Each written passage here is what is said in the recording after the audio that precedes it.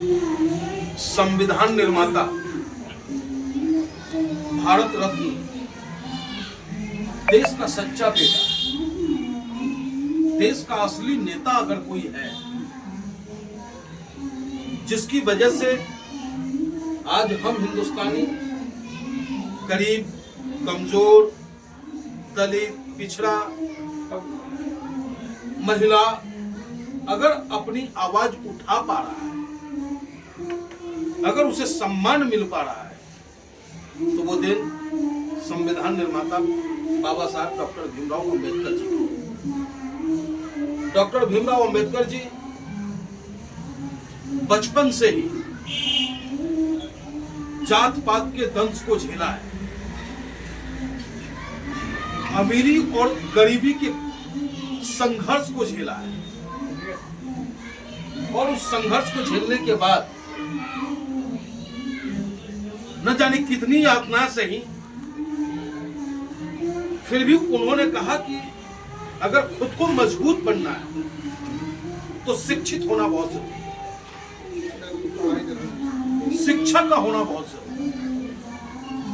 और उन्होंने पढ़ाई की। पढ़ाई करने के बाद उनके मन में एक ही बात, जब देश आजाद हुआ, आजाद होने के बाद कानून मंत्री बने, वो संविधान निर्माता बने, तो इस सोच के साथ संविधान को बनाया गया कि अब आजाद हिंदुस्तान में कोई जाति के नाम पर किसी पे जुल्म नहीं करेगा। इन्होंने कहा कि कोई महिलाओं पे अत्याचार नहीं करेगा, कोई अमीर आदमी, कोई जमींदार किसी मजदूर पे जुल्म नहीं करेगा।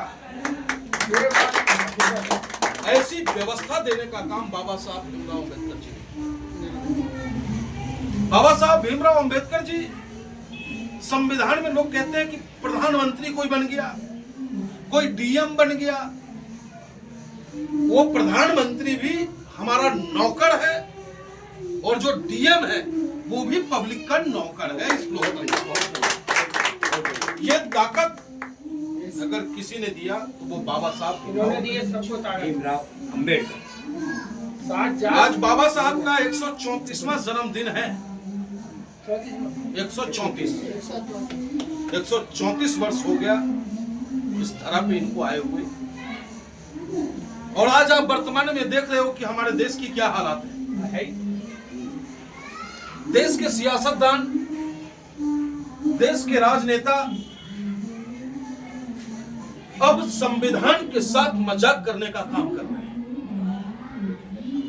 ताकत के बल पर संविधान को तोड़ मरोड़ करके हमारे ऊपर थोपने का कार्य कर रहे हैं।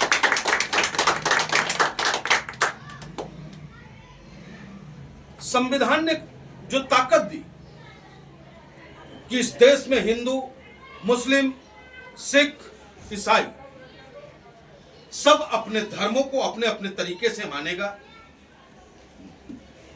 उसमें कहीं कोई हस्तक्षेप नहीं होगा, कोई रोक नहीं लगाएगा। लेकिन आज सरकार और सरकार के लोग गली गली, मोहल्ले मोहल्ले हिंदू मुसलमान करके सिर्फ अपना वोट की रोटी को सेक रहे हैं, और हम हिंदुस्तानियों को आपस में लड़ाने का काम कर रहे हैं। बाबा साहब भीमराव अंबेडकर जी की जयंती मनाने का लाभ तभी है जब हम बाबा साहब भीमराव अंबेडकर जी के बताए रास्ते पे चले। बाबा साहब की सच्ची श्रद्धांजलि तभी हो सकती है जब इस देश में मंदिर से घंटा बजे, मस्जिद से हो आजान, गुरुद्वारा से गुरुवाणी, ऐसा प्यारा मेरा हिंदुस्तान। लेकिन इन सियासतदानों ने, अगर कोई मुसलमान भाई हमारा नमाज का वक्त हो रहा हो और वो कहीं पार्क में नमाज पढ़ ले तो उस पर मुकदमा दर्ज हो जाता है। अगर कोई अस्पताल में है, नमाज का वक्त हो रहा है, वो अपने भगवान से, अपने अल्लाह से दुआ करता है, और कोई देख ले तो उस पर मुकदमा दर्ज हो जाता है। कितने शर्म की बात है। आज फिर एक बिल आया है हमारे देश में, वक्फ बोर्ड अमेंडमेंट बिल। मैं हिंदू हूं, अगर मेरे हिंदू धार्मिक न्यास बोर्ड में कोई मुसलमान आना चाहे, मैं उसको बर्दाश्त नहीं करूंगा, क्योंकि वो हमारा अपना धर्म पद्धति है, वो हमारा अपना पूजा करने का तरीका हमें मालूम है कि मैं कैसे अपना पूजा करता हूं, मुसलमान भाई को नहीं पता है। बेशक हम बैरिस्टर असदुद्दीन ओवैसी साहब के नेतृत्व में राजनीति करते हैं, लेकिन बैरिस्टर साहब भी कहेंगे कि पंडित जी हमें काशी विश्वनाथ मंदिर का मेंबर बना दो, मैं नहीं बनाऊंगा। उसी तरीके से आज वक्फ बोर्ड में जबरन दो हिंदू होना चाहिए, यह कानून पास कर दिया, जिसको लेकर के आज हिंदुस्तान का मुसलमान अपने आप को मायूस, अपने आप को ठगा हुआ महसूस कर रहा है और सड़कों पे संघर्ष कर रहा है, लेकिन इस जालिम सरकार के चेहरे पे सिकन तक नहीं आ रहा है। और ये लड़ाई मुसलमानों की नहीं है, ये लड़ाई संविधान बचाने की लड़ाई है, ये लड़ाई हिंदू मुस्लिम सिख ईसाई की लड़ाई है। जिस तरीके से किसानों के खिलाफ 3 काला कानून लाया और ये सरकार पीछे हटी, शहादत के बाद 700 किसानों ने अपनी जान दी, तब जाकर के सरकार अपने कदम को पीछे खींचा। तो इस सरकार से यही अपील है मेरा आज बाबा साहब भीमराव अंबेडकर जी के जन्मदिन पे, कि वाकई अगर आप बाबा साहब से मोहब्बत करते हैं, वाकई अगर आप बाबा साहब के संविधान को सही सुचारू रूप से चलाना चाहते हैं, तो हिंदुस्तान की आवाम की मांग है रिजेक्टेड वक्फ बोर्ड बिल।